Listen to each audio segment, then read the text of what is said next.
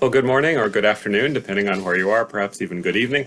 I'm Jacques deLisle, the director of Foreign Policy Research Institute's Asia program, and it gives me great pleasure to welcome to today's session Isaac Stone Fish. He's the founder and CEO of Strategy Risks.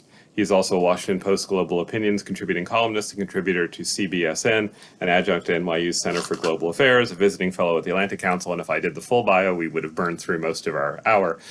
He also has an extraordinary background as a journalist, having been the Beijing correspondent for Newsweek, and was also the Foreign Policy magazine's Asia editor. So he's been covering the region for a long time, lived in China for several years. And you've seen his work, no doubt, in a variety of fora: the New York Times, Washington Post, the Atlantic, Foreign Affairs, the Guardian, Slate, the New Republic, Politico magazine, the Daily Beast, Times, the LA Times, and various other places. And you've also probably seen him interviewed or quoted in most of the major media. So a lot of stuff from Isaac that everyone's run across. And I would just say that I think he is one of the most wide-ranging commentators on China. If you read the books that we're talking about today or much of his other work, he comes at these issues from a variety of perspectives. The conventional journalists focus on politics, but a deep approach to cultural issues, the film industry, and the university aspect too. And each of his the major chapters in this book that we're going to talk about today, I think, take on a different aspect of that. But I don't want to preempt what he has to say. I just want to get into our discussion. Let me say a couple of things first. First of all, about FPRI, we're a nonpartisan think tank based in Philadelphia. Our programming like this comes to you free, but it's not entirely free to us, so we hope you will join us or make a contribution. And join us for future Asia program and other program activities as well. You'll find a link to the book America Second, an obvious reference to the America First policy of the Trump administration and others. So Isaac, I just want to get into a few things. First of all, what is it that motivated you to write this book? You've written a lot about China from different perspectives over the years and about U.S.-China relationships, but this is something of a more extended argument about a particular aspect of it, the ways in which you see various aspects of American politics, society, economy, people who are prominent in those fields, doing things that you think do not serve American interests. So what is it that got you to write this book at all, and why now? Thank you. And thanks for having me.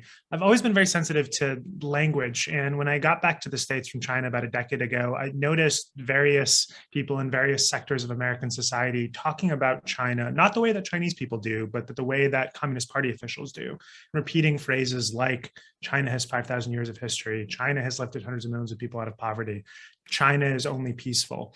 And I wondered, how did they start speaking about China, not the way that your average Chinese, and so much as that construct exists, speaks about it, but the way that you read about it in People's Daily or you see it from Politburo members.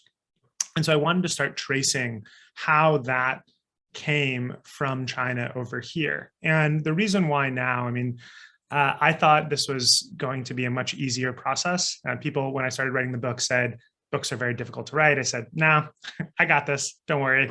It was incredibly challenging to put it together. And I started working on it around 2016, 2017, finished it right at the beginning of the pandemic, got notes from the editor saying, make this a lot better, endeavored to at least get halfway there. And then when the book came out, February 2022, both the 50th anniversary of Nixon's trip to China during the Olympics, and also a love letter to our dear friend Henry Kissinger on Valentine's Day.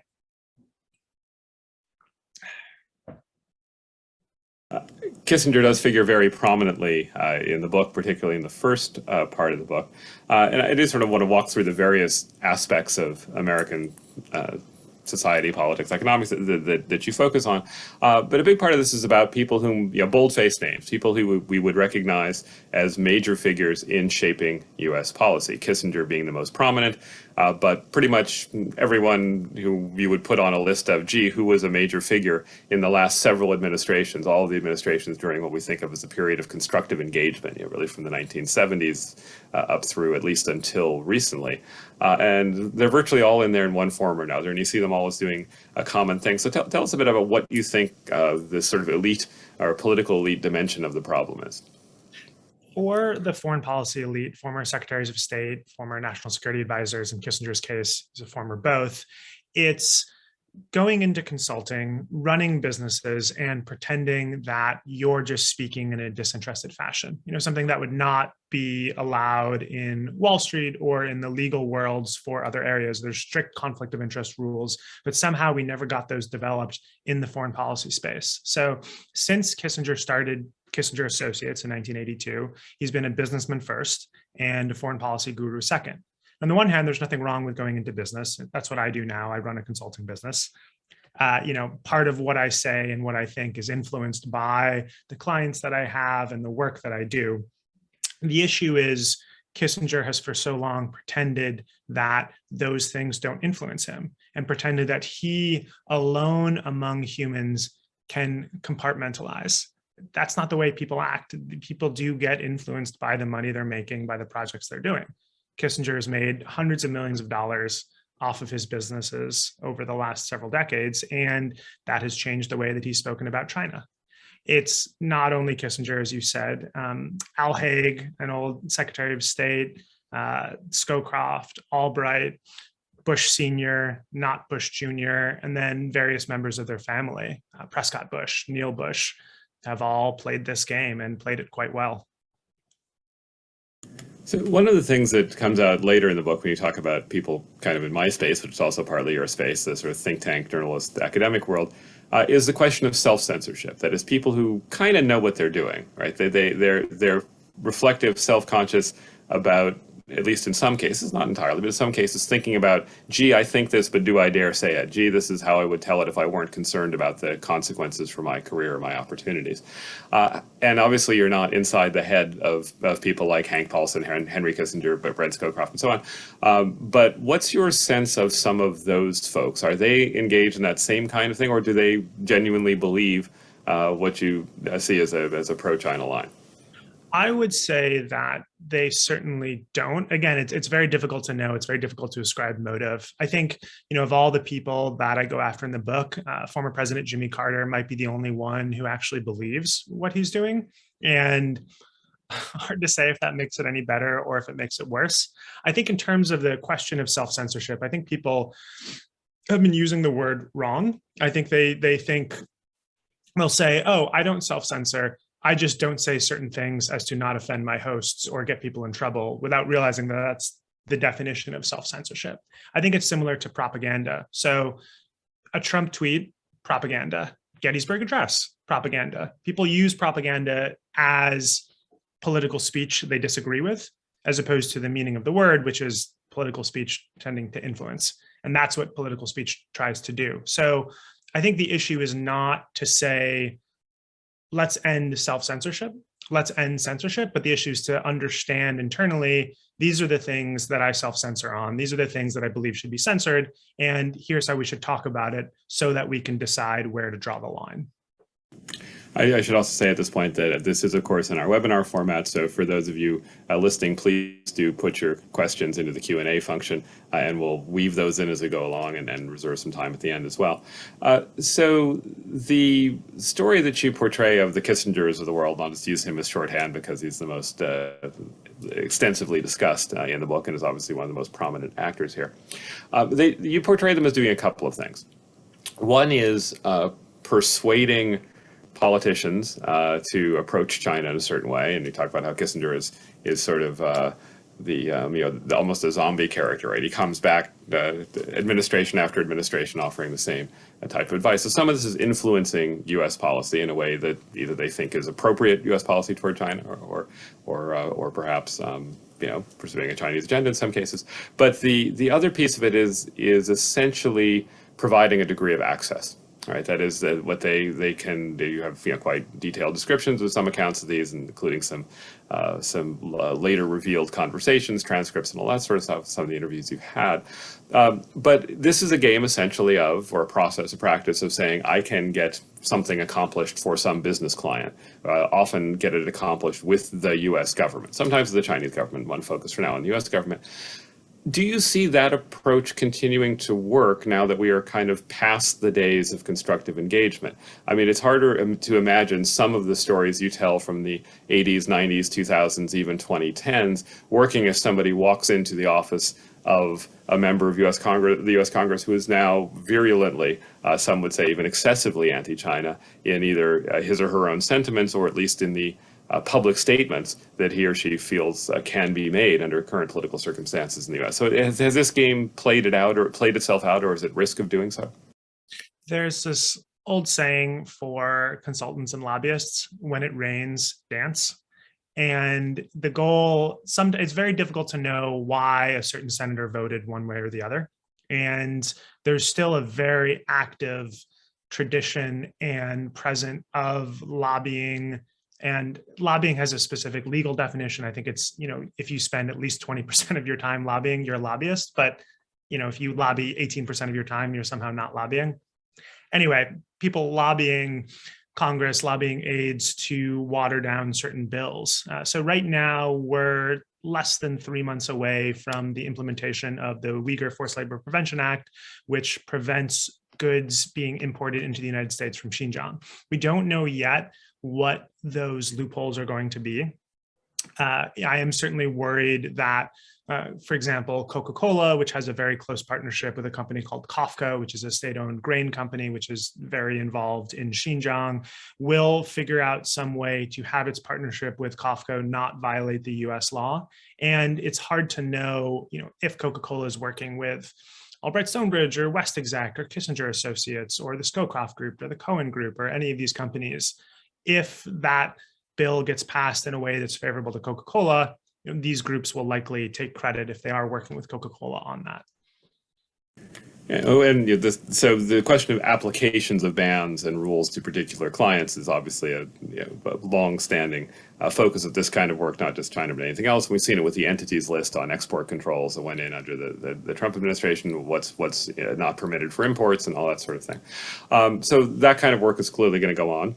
Is the bigger picture stuff, that is the attempt to influence China policy writ large, which of course has benefits for the clients of these kinds of people who've gone into consulting, is that going to be a tougher thing to do? Because in some ways it's very low profile to go and say, I want an exemption for this firm. I want to explain to you why the T-shirts that I want to import are not Xinjiang cotton, or the Chinese company I want to partner with is not in fact PLA. Like, that's sort of the retail stuff. Is the wholesale business in bigger trouble?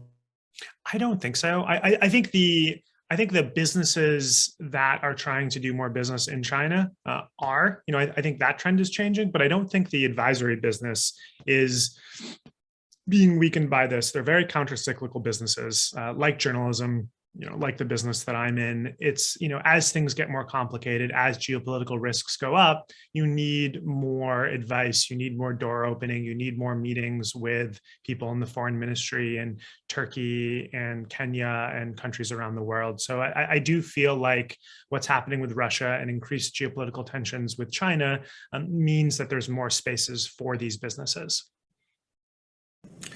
So one of the other features of the story you tell in that part of the book is that many of these former officials essentially fall into the Lao Pengyo, the old friend category, right? So as you portray it, their connection with China is partly based on this warmth of feeling from the dealings that they had when they were in office, and their ability to play the consultant role is to tell their clients about how strong and positive their connections with influential people in China are. And one doesn't want to portray U.S.-China relations as having been an entirely happy story from the 1970s until just recently. There have obviously been lots of ups and downs. But I think most observers would say the last few years have been kind of bumpy, been unprecedentedly harsh.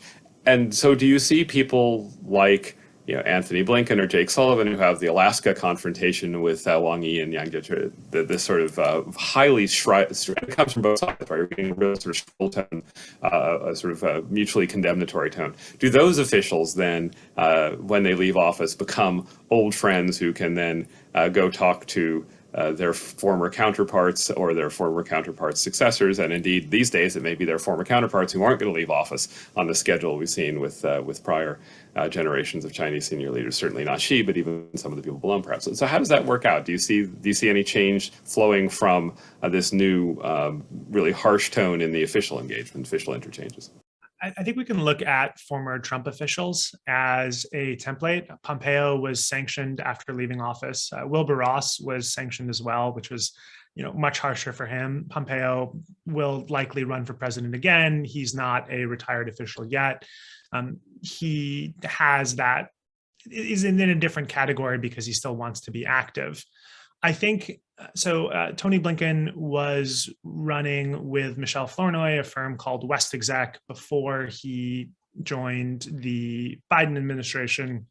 I can't remember exactly when he stepped down, but he was a consultant, for years as well. And yeah, I mean, it'll be very curious to see what the tone of the U.S.-China relationship is in 2024 or 2028, depending on when this presidency ends, and whether or not these folks will trod that well-trodden path, whether there'll be a Blinken group, very soon after.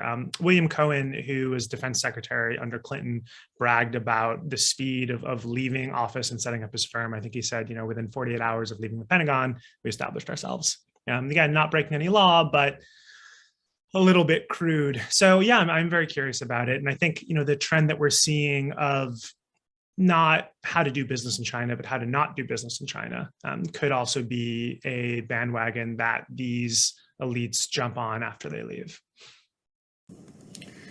And there's been a Chinese side to this story, of course, as well. So much of what you describe as the allure to the folks featured in the first part of the book is you go there and you get treated really well, right? They stop traffic for you on Chang'an Jie so you can get to your destination. You're flattered in a variety of ways. This sort of standard imperial grandeur, sorts of stories.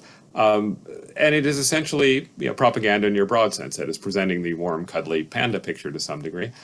That's no longer as central to the way China speaks, at least semi-officially or officially, to the outside world. So do you see that sort of seductive aspect waning if the experience of these officials, ones who maybe don't have 30, 40, 50 years the way Kissinger does, but who are relatively new to the game, and whose first encounters, or at least their first encounters at a level of power and seniority that gets them the Class A treatment, as I think Kissinger referred to it, isn't like that. They're not being treated with that sort of, everything from wolf warrior diplomacy to getting yelled at in Anchorage is a very different experience. Does that change the dynamic that lies behind the story you tell in that part of the book?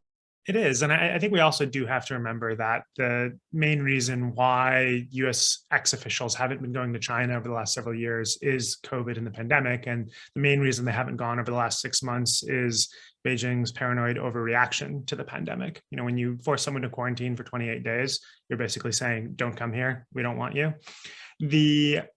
That might change after Beijing decides to relinquish its zero COVID policy, whenever that will be. And I think that could have an impact when they start feting people again. There's, I think, John Thornton, who's very involved with Brookings and is a longtime friend of China. I think he went last summer, but that was a very rare trip of someone of that caliber going and getting a pretty full treatment. So I think it'll be very curious to see what happens when those trips can start up again. I think we also have to remember that Kissinger was such the standard bearer for this. Kissinger is now 98. He perhaps has taken his last trip to China. There's not a replacement. I think there's also a growing frustration on the US side to letting a bunch of old white men almost single-handedly dictate policy towards China. And, I would like to see that get democratized. Albright was one of the rare women who were very involved and, was unfortunately involved in a way that I would deem more negative than positive. But yeah, it has been a pretty non-diverse group of people dictating China policy for decades. And indeed, one of the other characters in that part of the book is Gary Locke, the first Chinese-American ambassador to China, who had an interesting experience based on that. In some ways, highly positive. In some ways, I think even more fraught because of the ethnic ties. So your book is partly critique and partly expose, but it's also partly policy prescription. So on this particular piece of it, what's the fix? I gather some of it would be ethics laws and ethics rules reforms to make it take a bit more than 48 hours to set up your consulting firm. But on that front or other fronts, what do you see as ways of mitigating the phenomena you've been discussing in this part of our chat? One big one is transparency, and it feels like that's a solution to so many things. But for people to understand, oh, Henry Kissinger is a consultant. Here's what he does. Let's add a line to the end of the piece. It wouldn't be fair for me to write an article and not mention that I'm in business. It would let people think that I'm just doing this, from my ivory tower, my high horse, pick your metaphor. People need to understand where people are coming from when they're saying things. Part of that transparency too, I think, comes into having a reasonable understanding of what it would be like to be in China. I think one of my deep frustrations with academic engagement with China is people will say, I'm going to go to China, I'm going to set up a branch university in China, and we'll have the same level of academic freedom as we do in the States. That's a lie. It's just a plain lie. Either you're naive or you're prevaricating. Either way, it's a very, very dishonest thing to say. And I'm very critical of NYU for doing that. I'm not critical of a university saying, listen, we believe it's really important to have a branch campus in China. In order to do so, we're going to have to censor, we're going to have to make some ethical sacrifices. We don't like doing this, but we think the benefits outweigh the costs. Here's what we think will happen. Here's what might happen. And here's the red line that we will draw. If a student of ours gets arrested, if a student gets beaten up, we'll close the campus. Being transparent about where your lines are, I think, is very important. I would think it's comparable to a university sending students to Saudi Arabia, sending a gay student there and said, hey, go be yourself. This university is going to have the same freedom that you have in the States. It's really bad advice for an openly gay student in Saudi Arabia, a country that's incredibly cruel towards gays. And I think you can say, listen, this could have very positive experiences for you to go. You could learn a lot here. Here's the negatives, here's the rules, here's the laws, here's what you should expect. But don't send people to China and say, listen, we're going to have the same level of academic freedom as you do in the States. I find it perverse that how Okay, we have a couple of questions I think that it's worth weaving in at this point from our listeners. One is a question about how different is China, or is China different on this front? Obviously, people who have been in government go into consulting for all sorts of purposes, and not infrequently that involves affecting policy toward other countries, not just China, but various sort of foreign relationships. And sometimes it's about serving their clients' interests in ways that may not perfectly align with the national interest. So what makes China so different? Why is, aside from the fact that Isaac Stonefish is a China hand, why did he write about China and not about Saudi Arabia or Turkey or wherever? Size, wealth, and threat. So Saudi Arabia is arguably more oppressive in certain ways. The UAE is incredibly effective at influencing diplomats in the United States, both current and former. There's a lot of business to be done in Turkey. There's doors to open in Egypt. It's that China does jeopardize US interests in ways that these other countries don't. There's a lot more economic opportunity with China than in all of these countries. And I think about this with Russia. As of last year, we traded 25 times more with China than we did with Russia. It's a huge amount more money with China than these other places. And every other country does not jeopardize US interests like China does. And so I think when we're talking about this, we're talking about people saying, oh, great, I'm going to pull out of China to focus more on manufacturing in Burma and Vietnam and Bangladesh. So a lot of really severe ethical concerns with working in those places, especially Burma today, but they don't have the national security risks to the United States, and the policy reaction is different as a result. So I want to press you a little bit on the solutions here, which is how do we distinguish between the things you would consider problematic and the things you would consider okay? You're presumably, as somebody who's in the consulting business himself, not going to say that any service to businesses is, including dealing with the U.S. government or trying to persuade and shape policy, is inappropriate. And I assume you're also not going to say that the only permissible activity of that sort is one where you've done a full check to see if it aligns with American interests, because defining that is itself problematic. And what do you do when there's a change in administration? I mean, there's a whole bunch of nettlesome issues there. So there's a bit of a line drawing exercise, and all lines are imperfect. But what are some rules of thumb for distinguishing the things that you think we do need to address and worry about, and the things that we're clearly going to tolerate in some cases, because some of that activity actually is in alignment with many notions of what the U.S. interests would be, because presumably, foreign investment, foreign dealings, all that are not necessarily bad things, nor is having ex-officials with good relations with officials in other governments and so on. So where is the, what's the separating principle here, or what are some of them? Corruption versus disagreement. So I am worried about the trend towards people who support Beijing or support the Chinese Communist Party not being allowed to have voices or platforms, and people self-censoring in the other way. I'm also worried about people who talk about the need for unity. I think unity tends to be quite poisonous. I want debate and then potentially consensus. Politics being the art of the possible, not politics being this is the guiding principle. These are what must dictate movements going forward. I think the way that that is done, some is more stringent lobbying laws, beefing up the FCPA, beefing up FARA, more open debate, democratizing the debate on these things. But I don't want there to be a situation where my view is the dominant one and there aren't very vociferous minority views. I think that's a very dangerous place to be. I'm also quite worried about our very checkered history of anti-Asian racism, of McCarthyism, of well, you can't express this view because of your ties to this government or because of your relationship with this country. And so those are things that I think are very important to call out. In terms of, I also don't want to evade the sort of specific, like, what can you do for businesses and what can't you?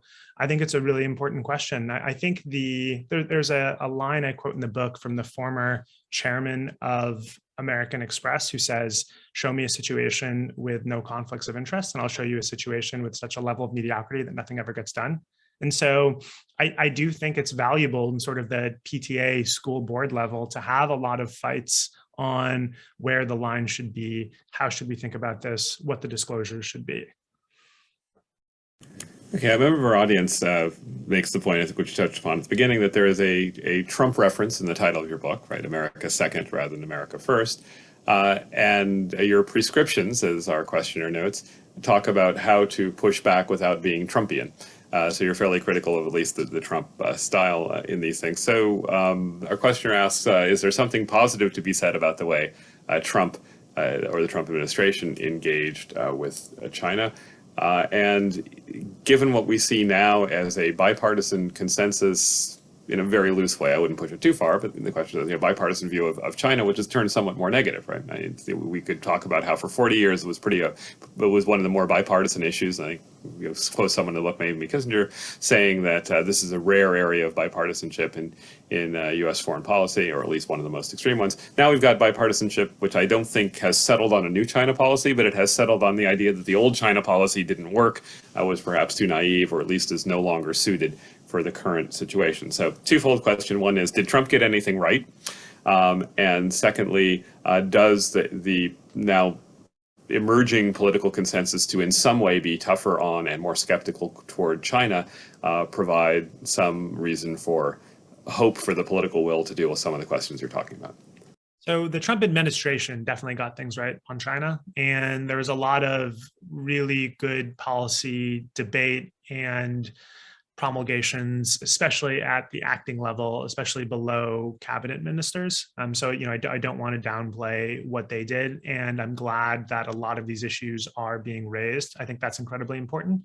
I think we also have to remember that Congress has long been one of the most anti-Beijing sectors of US society. And when we talk about unanimity with the Uyghur Forced Labor Prevention Act, 100-0 in the Senate, just one dissenting vote in the House. And it reminds me of the vote I think it was to bring Taiwanese President Lee Teng-hui to the United States, which only had a single dissenting vote in the Senate. It was fully supported in the mid-90s. And so I think there's more consensus that the policy should be more critical than there was decades ago. But I also want to say that in state governments, people tend to be more comfortable with Beijing, more comfortable with the CCP. In local governments, that tends to be the case as well. So it really is the House and the Senate that have long been pushing back and are pushing back even further. I mean, I do agree that we don't want to take the idea of bipartisanship too far here. I will say it is very shocking that if you do a blind taste test with, say, Chuck Schumer and Ted Cruz or Nancy Pelosi and Marco Rubio, they sound almost exactly the same when it comes to China, which is very, very striking in our current political environment.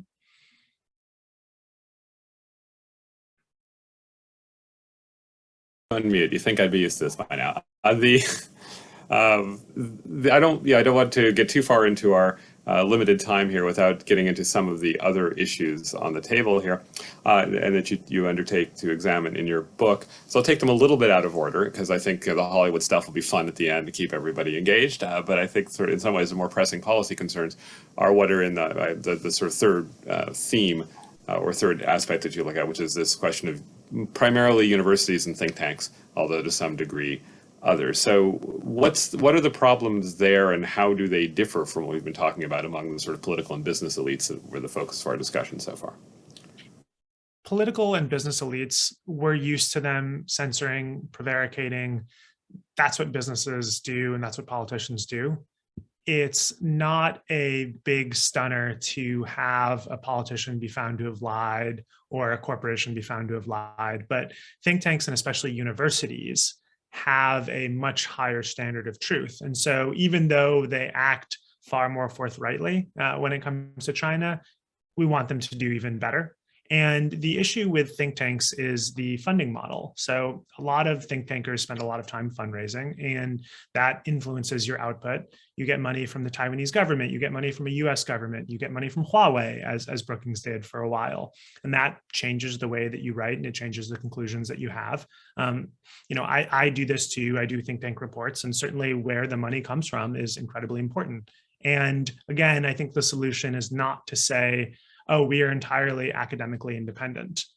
You're not. We're all enmeshed in these circles. The solution is to say, here's what my conflicts are, and here's how I try to overcome them. But that is not something that I'm able to perfectly do.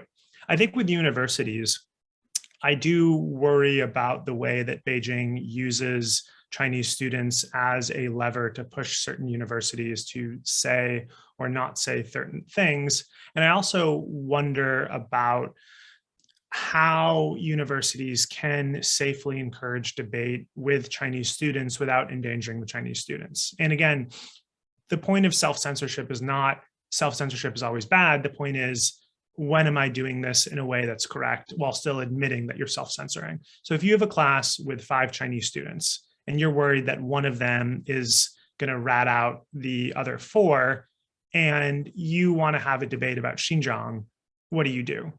Do you have a full-throated debate, or do you self-censor because you feel like that's important to defend your students?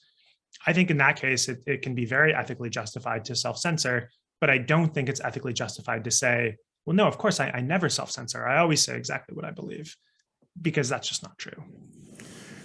Yeah, and so, obviously neither one of us spends a lot of time sitting around a table with Kissinger figuring out what he's thinking inwardly, but you've been a practicing journalist. I've been at a university for quite some time, and I wonder what you think of this. There are discussions which are held privately that aren't fully publicly visible, right? So we do have these conversations that I think do address the kinds of approaches that you're advocating, which is, okay, we know this is bad.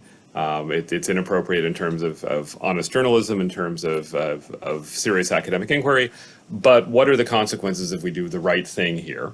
And so this is not a case. Some cases, obviously, people are sincere in what they express publicly, but there's a lot of insincerity done through this sort of calculated way. So is the fix here transparency, or is there something else to be done? Should we sort of be resigned to the fact there's going to be a certain amount of hypocrisy? Just to put it a little more concretely, I can sit around with my colleagues and say, well, if we do this, which is the right thing to do in terms of free inquiry, and of course on our branch campus, Penn doesn't have one, by the way, but if we had a branch campus to go and say, we're going to talk about the 3 Ts, Tibet, Taiwan, and Tiananmen without fear or favor, even though it's going to blow everything up, that would be a hard sell.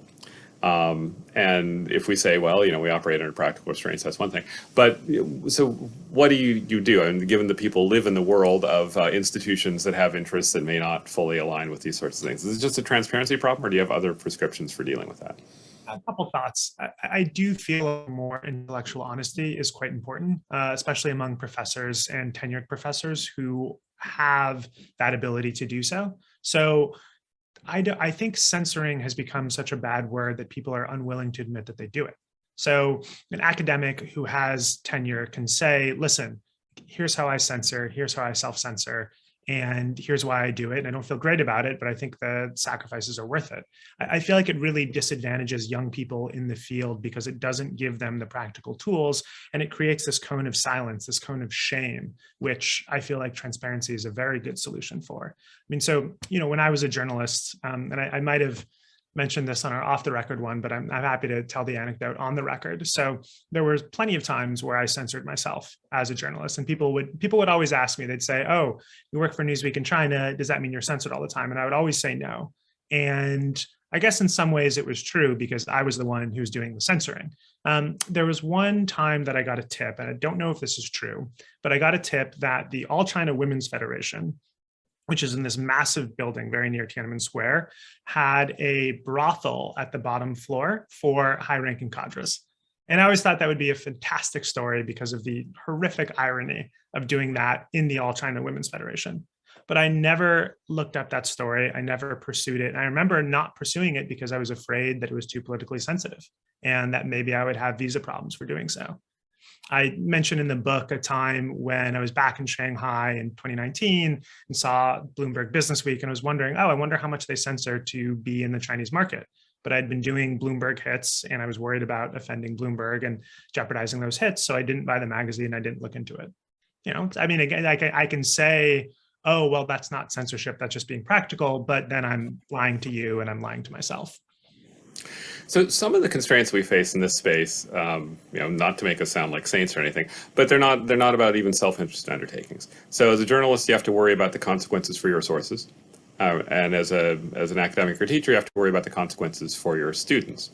Especially during the, you do write about some of this in the book, especially during the Zoom era when you've got Chinese students at American universities in China reaching us through a Chinese platform to some degree, given the ownership structure of Zoom, and the problems of using VPNs for these things, given Chinese restrictions, some of them technical, some of them regulatory. How do we grapple with that moral dilemma? That is, even if you are not engaged in trying to maximize your consulting income or concerned with jeopardizing your future access to do research, journalism, or business, but you're genuinely concerned about hurting other people who are inside the system and more vulnerable. I mean, the worst we face is our visas get yanked and something like that. How do you weave that into this question of trying to be accurate and honest in your reporting without putting, or in your scholarship without putting people at risk? Do you think it's ever ethical to self-censor? The way you're defining self-censorship, sure. And I mean, so just in the university context, well, we've tried to, we've grappled with this a great deal, and Rory Truex, whom you quote in the book, has written a lot about this, a friend of ours at Princeton. And you can do some things that square the circle, right? You can do anonymous grading. You can certainly, and that one's fine. And you can take steps that get more problematic from that. So one of the things we did a lot of, or at least discussed a lot of in the academic circles, was to make it clear to Chinese students or students based in China, certainly students zooming in from China, that they had a free pass not to be called on and not to be required to discuss certain things that would potentially get them in trouble. Okay, but that's a problem. That's depriving them of part of the academic experience and the honest interchange. Then you get ones that are easy. If you've got students who are being reported on by fellow students or by people who are watching in some sense or another, then there's an easy policy solution. Anyone who is caught doing that kind of reporting out is violating the norms of academic freedom will be sanctioned. But of course, you can't deal with the chill problem, which is A, you're not going to catch them, and B, if you do catch them, it's sort of too late to fix the problem. But I think, you make some compromises. I think we all did that to some degree. I wouldn't say it's completely okay. Clearly it's not, but I would say it is perhaps the best among bad alternatives, where your alternatives are to tell people to put themselves at risk. And sometimes with young students, they may not fully appreciate the risks they're taking. You've got to tell them what the risks are, and they may know, and it may be redundant. But if they don't, I think you need to sort of remind them of the issue. But if your alternative is freezing them out of the discussion entirely, or not having the discussion at all, I think that's a worse solution. I agree completely with what you say. I think that it is sometimes ethical to censor or self-censor, and I think the goal is to get to the best of bad options as opposed to not having the debate or not asking these questions. Sorry, I'm looking at too many screens here. I've got the chat function and the Q&A function and the mute button. So there are a couple questions on this theme in our chat here, so I want to pose to you. One is that the questioner asks, in your book, you write that a small number of Chinese students spy on other students. Some Chinese steal American technology to bring it to China to enrich themselves, and some Chinese enact and implement policies that harm Americans. Given all of that and the United Front activities, and the surveillance of Chinese students and scholars abroad, should we do more to restrict visas to Chinese nationals and students, both to protect sensitive technology and to protect academic freedom in the U.S. classroom and the U.S. Academic environment? Two thoughts on that. First, the great reduction and great by size, not by positiveness, in Chinese students and scholars in the States over the last 2 years is COVID. COVID 1, 2, 3, it's all of those reasons, and then it's other geopolitical reasons. So I think we have to understand where that's coming from. I think the second piece is the burden should be on universities to have better safeguards for the sensitive areas that absolutely need to be safeguarded, things involving classical information, things involving proprietary information. And I've heard people in the US government, beg to university representatives, allow us to use a scalpel so that we don't have to use a hammer. I'm someone who's a real strong critic of US government overreach. I find it so absurd that people still have to take off their shoes in airports. I find that so incredibly silly. You can bring a gun onto a train, can't bring peanut butter onto a plane. Absolutely absurd. The US government is bad at acting in a measured fashion to fight against risks, especially risks that have been so politicized, like terrorism, like China. And so I think it behooves universities to figure out, how do we not hire PLA colonels? How do we work to discipline or expel students? And I think you made good points there, Jacques, about, it is too late often when you find them, but how do you have a policy of expelling students who are spying on other students? How do you work to do this so that we don't have, I don't support how the China initiative has been played out. I think it had too much of a focus on ethnic Chinese and too less of a focus on chemistry professors, like the one at Harvard accused of visa fraud. And part of the reason I spend so much in the book going after folks, the bold-faced names, is that I feel like they are more of a problem than the junior people. And the junior people often don't get protected. This allows for more bifurcation and debate. Bringing back what we were talking about with bipartisanship, I think the biggest thing that could torpedo a sense of bipartisanship is the idea of racism, is anti-Asian hate, is the idea of discriminating against Chinese people. And so I think this has to be done in a way that creates leftist and especially progressive support. And it has to be done in a way where universities understand that it's going to be bad for them unless they can say, listen, here's what we're doing to really screen out the bad actors. Here's what we're doing to prevent Ministry of State Security double-hatted students from being on our campus. And because we're doing such a good job of this, you don't need to put your heavy hand into our academic freedom. So I just want to explore that one a little bit further. Just a couple of notes for our listeners. The China Initiative is a Department of Justice initiative which targeted, or in principle targeted, primarily technology theft and other kinds of espionage, and it had a somewhat checkered record of a lot of charges, some of them formally leading to indictments, many of them not, and almost none of them being successful. You mentioned one of the rare successful cases, which interestingly was not an ethnic Chinese. It was Charles Lieber at Harvard, but many of the targets, including, I think it was name was Chenggang, I think, at MIT, who was against whom the charges really did not pan out, and now we've seen a sort of ending of the initiative formally and essentially a rejiggering without, of course, dropping the agenda of focusing on these kinds of espionage type concerns. So you're essentially advocating a sort of small yard, high fence strategy, as it were, to keep people out, and not one that targets ethnic Chinese or Chinese nationals coming to the U.S. But on the sort of university side of this and the research side of this, the dialogue often runs like this.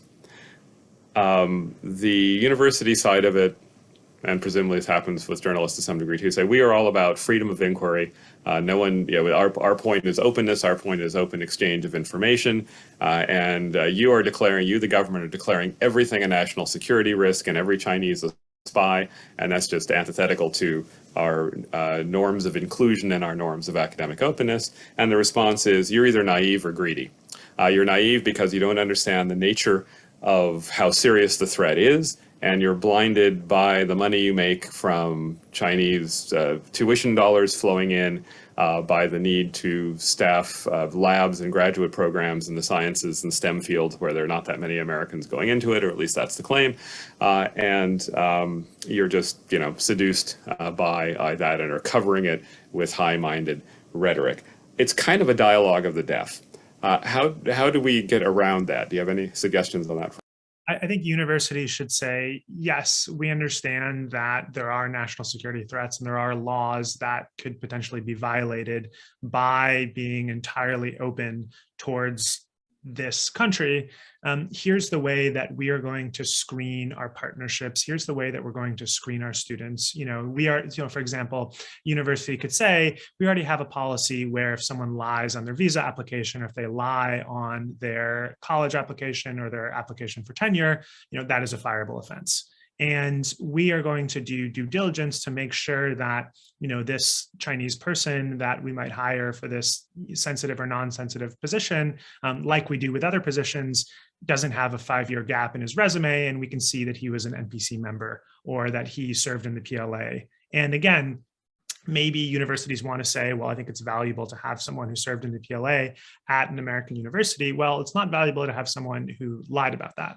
And using existing laws and norms and not treating China special. I think we very much see this in Wall Street with the question of audits and the question of delisting with Chinese stocks, where the question is not, why are we discriminating against Chinese stocks? But the question is, why did we allow Chinese companies for so long to not follow US rules? And so I think there's a lot of cases whereby American universities don't put the same level of due diligence on Chinese students or on Chinese professors they do elsewhere, or that they'll take what they say at face value. And again, there's no cultural norm in China of lying on these things. It's just that, people realize that they can get away with a lot because they don't get checked. And so they get away with a lot and they don't get checked. So checking for these things, it is very doable. There's a, still fairly huge amount of information on the Chinese internet about where people are, where they're coming from, and figuring that out, and then asking and doing interviews and determining the answers. So a question from Alan Luxembourg, who's the president emeritus of FPRI, so my ex-boss. I have to put in his question. It's a good one, though. The question on Confucius Institutes specifically. How big a threat are they to the mission of universities? Do the Institute's presence on campuses compromise the mission of those host universities? I think it's fair to say the Confucius Institutes have been a kind of a complex phenomenon. In some places, they basically focus on teaching Chinese languages at schools where there's no resources otherwise for teaching Chinese language. In some places, they've gotten to be quite obviously controversial because of influence or perceived influence on the kinds of topics you may cover and how you may cover them. Don't talk about this, as well as positions in university governance, either by typically by whoever the faculty person in charge of the Confucius Institute is. But there's very, very varied landscape in what they actually look like. So it's probably a little hard to talk about them in general. But what's your sense on how big a problem they are for what we think of as the mission of universities? I have a somewhat counterintuitive take on that. I think they are a minimal problem. I think it's kind of when you have bad options, I think in some cases, Confucius Institute is the least bad option. And I would say that for those who want to get rid of Confucius Institutes, great, replace funding for Chinese as a result. And I'm far less worried about the Ivies and the prominent universities, and I'm far more worried about University of New Hampshire and state schools around the country. There's this idea that Chinese should only be taught at the likes of Harvard and Penn and Columbia. I think that's absurd. And I think it's very important for the US government or other private donors to step in and say, listen, I don't like what Confucius Institutes are doing, but I recognize that this is $600,000 of Chinese teaching a year. So I'm going to put in 4 years, 2.4 million, because I think that's really important. I learned Chinese at Columbia starting in 2002. My textbook taught me how to say production brigade and cadre before I learned how to say sleep and wash. And there's so much complaints among Taiwanese about how the party has bastardized the language, but those are words that the party uses, and that's the way that some people speak in China. So it's important to learn how to do that. I got upset with Tufts' response to its Confucius Institute. It said, oh, we're closing our Confucius Institute to further partner with, it was Beijing Capital University or Beijing Normal University, which, like every other university in China, is a state-run institution and has less transparency around it and more pernicious possibilities than with the Confucius Institutes, which have been so discussed. So I would really love to see an alternative as opposed to removing them. And if it's a question between no Chinese language instruction or Confucius Institute, I'll go with Confucius Institute every time. Oh, and sort of disheartened to hear that 15 years after I started taking Chinese, that you were experiencing the same kind of textbooks. We use the old the Beida instruction books from the 60s. So yes, I could criticize someone's class background before I could find my way to the bathroom. It was a little disconcerting. Although it turns out to be very useful vocabulary if you do social sciences studying China. So one theme I don't want to get lost here before we turn away from the think tank academic journalism world is this question about eating our seed corn. That is the failure to train up the next generation. One of the impacts that's going on here with all of the concerns, things you describe as self-censorship, people staying away from researching topics, people staying away from studying China at all because you could do something that blows up your career even accidentally, and even being advised that if you spend too much time in China, if you want a career in the government, even as a China hand, that's going to be tough. That's a real tough one. How do you fix that problem? I think the government, and this is a whole can of worms, but I think they should be a lot more lax about people spending time in China. I mean, when I was in Beijing, I knew the people who wanted to go into government. They live far more restricted lives. They were there for a shorter period of time, and then they left and are now in somewhat senior positions in the US government. I think it is valuable to have people be allowed to go and mix and circulate. I think in terms of the other pieces of the training, we want to push on Taiwan to take more people and be more of a window. It's not a great one. It's there, but it's not perfect. And I think people should spend time in China. And again, it's really hard to know how it's going to open up. If we were having this conversation 3 years ago, I'd say go spend more time in China before you get into academia.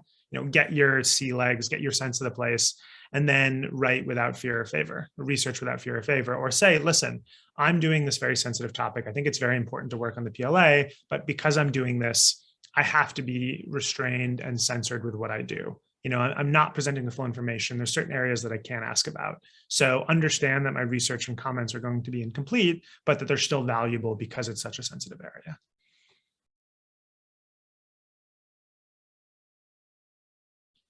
We're getting perilously close to the end of our time here, and I want to make sure I get a couple more questions from the audience in. Unfortunately, we may not get to the Hollywood part of our discussion, but so it goes.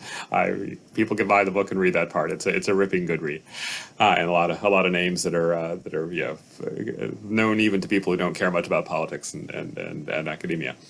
So one of the questions that comes up here is you write in your book there is no known plan of Chinese dominance, no 100-year marathon to overtake the U.S. by 2049. That presumably is a reference to Pillsbury's 100-year marathon book, Michael Pillsbury, who at least portrayed himself as a consultant to the Trump administration and early development of its policies. So that and there's another question in the chat about this sort of disconnect between people who are presumably, at least at some point in their careers, may have committed themselves to a form of public service, right, working in U.S. policy. And whatever they've done going into consultants, presumably they did not leave that former self entirely shed like some cicada skin, going into their new post-metamorphosis existence, to drive the metaphor into the next county. But so how does that align with this sense that China is, even if it doesn't have a 100-year plan, is in many ways pursuing agendas and having the ability to pursue agendas that are fundamentally inimical to U.S. national security interests. So how do you read that phenomenon? That is, these people who've gone into that despite what now seems to be an agenda that you portray as at odds with U.S. interests. And if there is no 100-year Chinese plan, why are we so worried?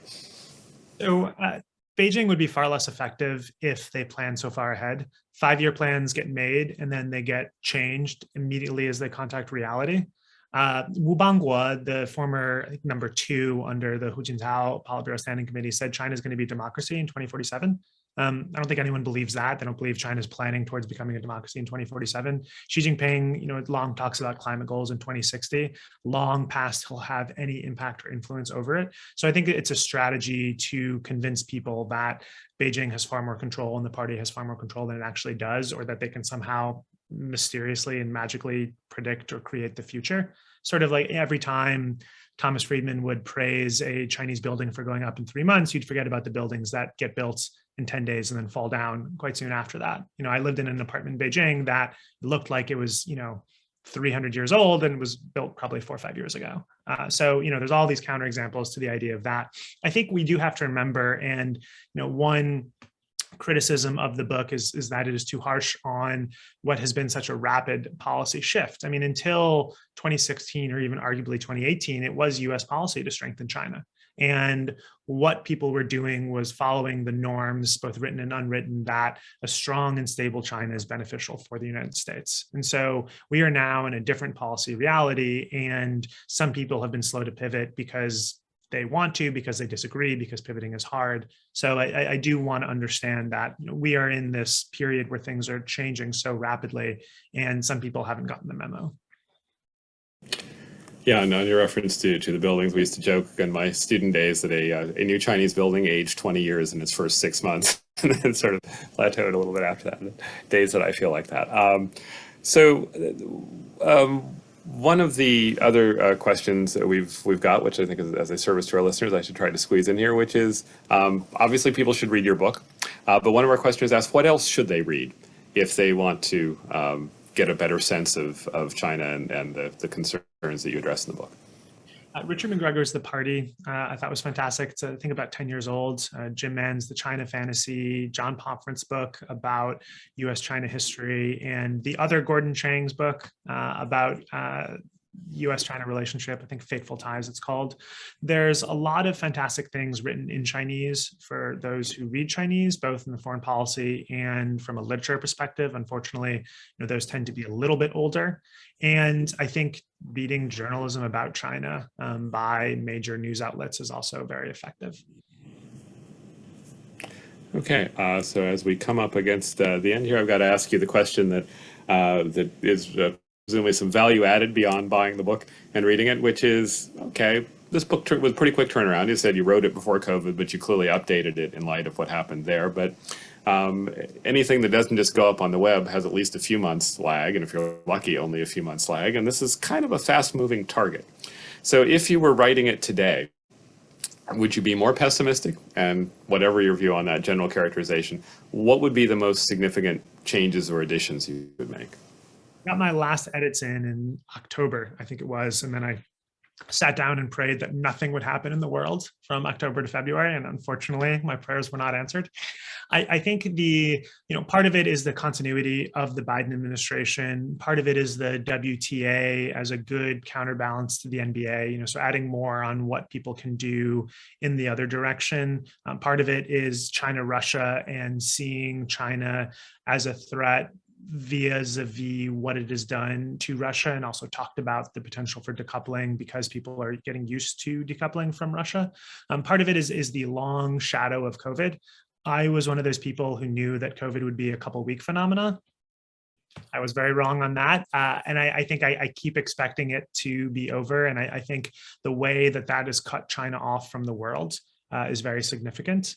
I think I got some of the wolf warrior. I think doing more of that as China grows more and more isolated would have been another thing to update as well. Okay, so those are the updates. If we had to do a bottom line, would you be more or less pessimistic about the scale and nature of the threat and the prospects of our responding to it? more pessimistic about the scale and nature of the threat and more optimistic about our ability to respond to it. Okay, so now you have the afterword that will be in the next edition, but for now you can go out and buy the first edition of America's Second. That's the book. The author is Isaac Stone-Fish. Isaac, thank you for joining us today. Thank all of you for joining us as well on the web. Thanks for your terrific questions. I'm sorry we couldn't get to quite all of them, and I hope you'll join us for the next installment in the FPRI Asia program Zoom series. Thanks so much for having me. Great to chat.